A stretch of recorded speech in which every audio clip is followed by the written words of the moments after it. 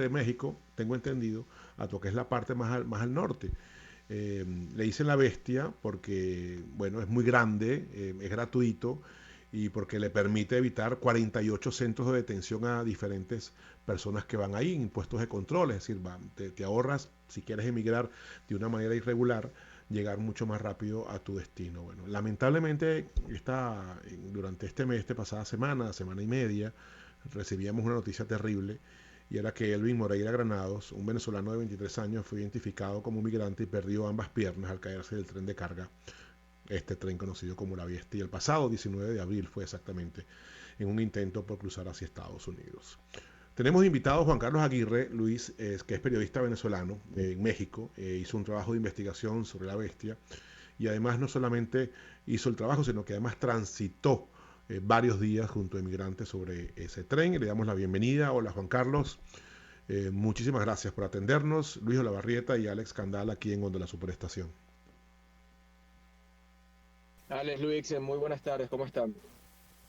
Bien, Juan Carlos, contento de este contacto. Bueno, Alex hizo una introducción importante para que la audiencia sepa de un tema que no se nos hace ajeno a los periodistas, pero que los migrantes se enfrentan luego de su paso por la selva de Darién. La gente puede pensar que la selva de Darién es un punto complejo, pero se dan cuenta que la bestia lo es mucho más. ¿Cuáles son tus impresiones y qué has recogido en este trabajo de investigación? Fíjate, Luis y Alex, para empezar, la bestia, más allá de ser un tren, es una red de trenes que existe en México, todos de carga, no hay ninguno de pasajeros.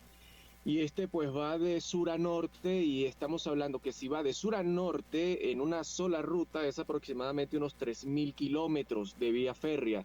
Pero estamos hablando que como es una red, esto puede llegar a sumar unos 10.000 kilómetros de líneas de trenes en diferentes partes del país que van como serpenteando diferentes zonas, insisto, de sur a norte, pero va por todo el centro, va por las costas del Golfo de México, otros van por toda la mitad del país, unos van hacia la frontera con Texas, otros van hacia la frontera con California, y estamos hablando pues de una de las vías más apetecidas, digamos, por los migrantes que vienen sobre todo de Centroamérica, ahora también desde Venezuela, tomando en cuenta que ha aumentado de más de un 320% el flujo de venezolanos en México en lo que va de año. Hmm. Así que esto promete ponerse peor, ¿no? Y esta situación Claro. de la bestia, pues es una ruta que muchos cuando vemos reportajes que se están haciendo en la selva del Darién, por ejemplo, te dicen no lo pasen, esto es un infierno. Pero cuando llegas a entrevistar migrantes que ya están en Ciudad Juárez, como me ha tocado, o en Eagle Pass, o en Piedras Negras, Reynosa, en Tijuana, estos migrantes te dicen, el verdadero infierno es atravesar México y la verdadera paila es el tren de la muerte o la bestia, como es conocido este tren de transporte. Hmm. Entonces sí es muy Ant- preocupante la situación porque si estamos hablando que al año aproximadamente entre 400 y 500 mil personas están intentando llegar a los Estados Unidos tomando esta ruta, pues en años anteriores, que una situación crítica para diferentes países en Centroamérica y sobre todo para Venezuela, ahora se le está sumando también Ecuador, pues ya podrán imaginar lo que puede ocurrir de ahora en adelante en los años siguientes con esta ruta que no solamente es el peligro de montarse en un tren que puede llegar a medir de largo unos 3 kilómetros, que puede tener más de 60 vagones, que cada vagón puede pesar hasta 2 toneladas, sino que a esa mezcla se le agrega el ingrediente de la ignorancia y de la esperanza. Y eso es algo que es una mezcla, como bien se dice, el tren de la muerte, una mezcla para morir fácilmente en una ruta de estas, Alex y claro. Luis.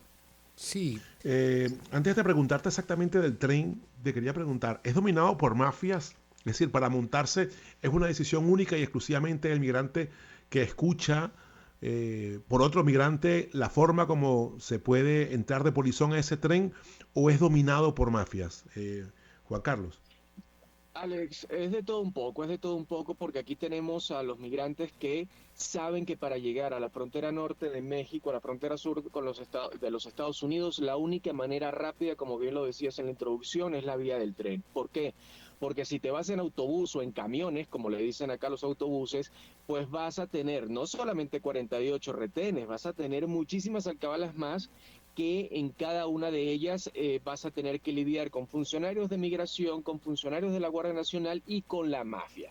Entonces ellos prefieren irse por el tren porque creen que van a llegar más rápido, pero la propia Ferremex, que es la compañía de trenes acá en México, ha tomado decisiones como a mediados, a finales del año pasado, de suspender la ruta de 60 trenes, y eso tenía un costo aproximado de pérdidas para la empresa de $2 millones. Pero la gran cantidad de migrantes que se estaba montando estaba haciendo una ruta sumamente peligrosa. ¿Por qué? No solamente porque se caigan los migrantes, no solamente porque hay heridos o muertos, sino porque la mafia empieza a detener el tren en diferentes puntos para tratar entonces de secuestrar personas, sobre todo asiáticos, venezolanos y cubanos, y además de indios, entre otras nacionalidades, para justamente pedir rescates, porque se supone que son personas que llevan dólares o que van a tener familiares en los Estados Unidos que los están esperando con dólares, y cada cabeza son 4,000, son 5,000, son 6,000 dólares, y llegan a secuestrar familias por las cuales no piden por el núcleo familiar, sino por cada uno de sus integrantes. Entonces esto ha llevado a que el tren tenga que detenerse. Que sean los mafiosos, que sea el crimen organizado quien hace, entre comillas, el tour para que se monten los migrantes en estos trenes, no está ocurriendo. Lo que ocurre es que la mafia detiene los autobuses en las carreteras o detiene el tren en las vías para secuestrar personas, para violar mujeres, para robarlos. Si no los secuestran, por lo menos roban todo el dinero que traigan encima, lo poco que les dejó Centroamérica o lo poco que les dejó la selva del Darién. Y aquí es entonces donde empieza el problema, y montarse en el tren, Alex y Luis, pues es, digamos, una ruleta rusa. Te puede ir bien, te puede ir mal. ¿Cuándo te va bien? Cuando el tren puede durar 26 horas en llegar de Torreón a Ciudad Juárez, por ejemplo, que es, digamos, el último tramo que atraviesas el desierto de Sonora y el desierto de Chihuahua. Pero te puede ir mal si, obviamente, te caes, si consigues a funcionarios de migración que te bajan del tren y te ponen a caminar por el desierto, porque es que te bajan, no es que te montan en unos camiones, en unos autobuses, claro, y te llevan a otro punto, no, te dejan tirados y tú resuelves. Y allí entonces también empiezan los mafiosos, el crimen organizado, a pescar, a ver qué migrante pueden tomar, y que obviamente las mujeres son las más apetecidas, ¿no? Sí, yo tuve la oportunidad de conversar con varias personas que llegaron a Estados Unidos a través de la bestia. Entre las situaciones que comentan ellos y que se suman a tu testimonio, Juan Carlos, tiene que ver con estos grupos mafias armados y completamente organizados, ¿no? Uno me comentó que llegaron a un punto donde habían 6, 7 camionetas y pensaban, wow, llegamos hasta nos van a resguardar, y resultaron ser los mafiosos, ¿no? ¿Qué tan organizados están estos grupos? ¿Cuántos grupos están atacando? Ya hay más o menos una noción de los distintos tipos de mafia o carteles que tienen presencia en la ruta que tiene la bestia. Sí, Luis, estamos hablando de que es justamente el crimen organizado mexicano, y el crimen organizado en México es uno de los tentáculos más tenebrosos que pueda existir en la delincuencia a nivel mundial, en el terrorismo incluso a nivel mundial. Son grupos que tienen armas a veces superiores a las que puede tener la Guardia Nacional, el Ejército o la Marina en diferentes puntos del país, donde si entran en un conflicto armado, ganan estos personajes, ¿no? Entonces, sí es un grupo muy, muy estructurado, con un entrenamiento pareciera militar, donde tienen los tentáculos desde Venezuela, desde Colombia, desde Panamá, para poder subir incluso muchas veces a estas personas o irles haciendo el seguimiento hasta que son apresados o que son retenidos o son secuestrados. Y la cantidad en este momento que se pueda decir de grupos delincuenciales que estén ahora traficando con personas es incierto realmente, porque hay unos muy pequeños, hay unos muy grandes, como el Cártel Jalisco Nueva Generación, como los Chapitos, entre otros. ¿Por qué? Porque el tráfico de personas se ha convertido en México en un negocio más lucrativo que la propia droga. ¿Por qué? Porque la droga tú la vendes y ya.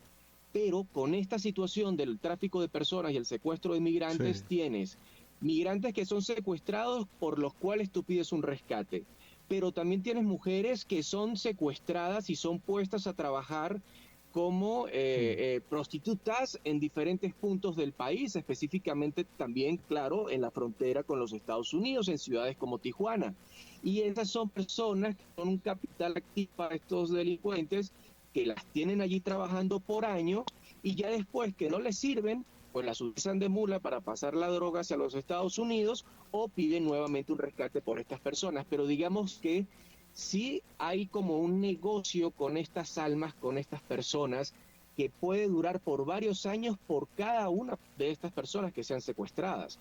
No estamos hablando, insisto, de que vendiste 1 kilo de coca y ya, no, estamos hablando de que estás vendiendo personas y que estas personas tienen unos buenos años, entre comillas digo buenos años, de funcionabilidad, de trabajo y de ganancias para estos delincuentes. Entonces sí es un negocio muy lucrativo que va sumando delincuentes, que va sumando crimen organizado y donde hay que decirlo también, Luis y Alex, ahí hay personas venezolanas, ahí hay personas mexicanas que están lucrando, que están fungiendo, digamos, con este tráfico de personas, porque pueden ser otros que no te secuestren, pero sí te están sacando hasta $7,000 por llevarte, por ejemplo, desde Maracaibo o desde Caracas hacia México o hacia los Estados Unidos.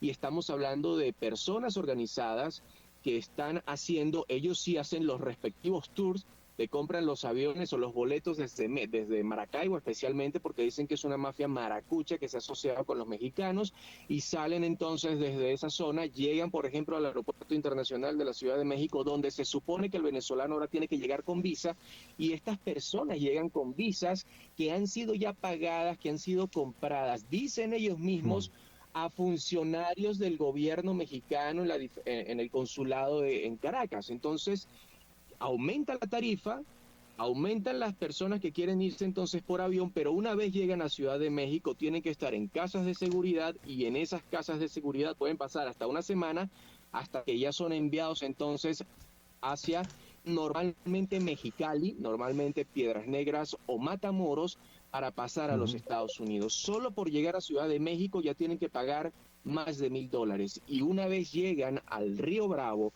o al Río Grande y llegas al muro, tienes que pagar aproximadamente entre $5,000 y $6,000 más por persona. Entonces imagínate el recurso que se está haciendo allí, y que obviamente lo que te están vendiendo es la seguridad de que llegues a los Estados Unidos sin que el crimen organizado te secuestre, pero a su vez el crimen organizado pues está recibiendo su tada de esos pagos, ¿no? Porque ellos no le van a decir, ay, si está pagando, déjalo pasar. No, déjalo pasar porque a mí me está llegando un dinero de esa cuenta.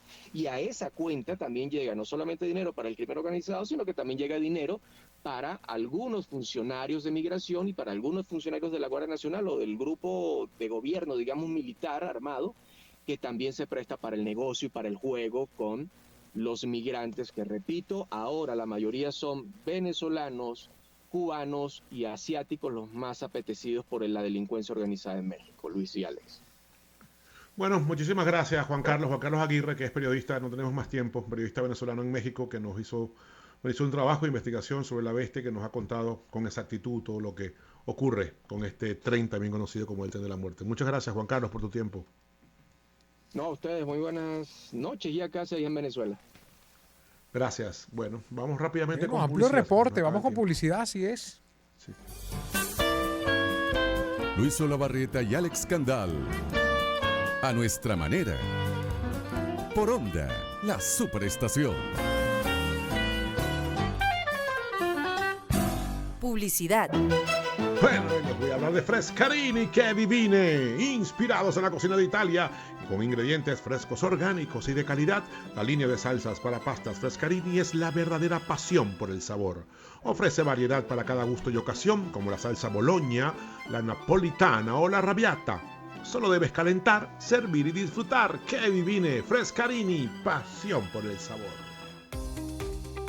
¿Quieres llevar tu negocio a otro nivel? Banesco te ofrece ese plan de crecimiento y ese plan despegue que agrupan los mejores productos y servicios que tú necesitas. Ingresa desde ya a banesco.com y conoce más de ese plan ideal. Banesco, contigo. Grupo Leti. Sonidos que te envolverán en un mundo de emociones. Voces que te mantienen con la mejor onda.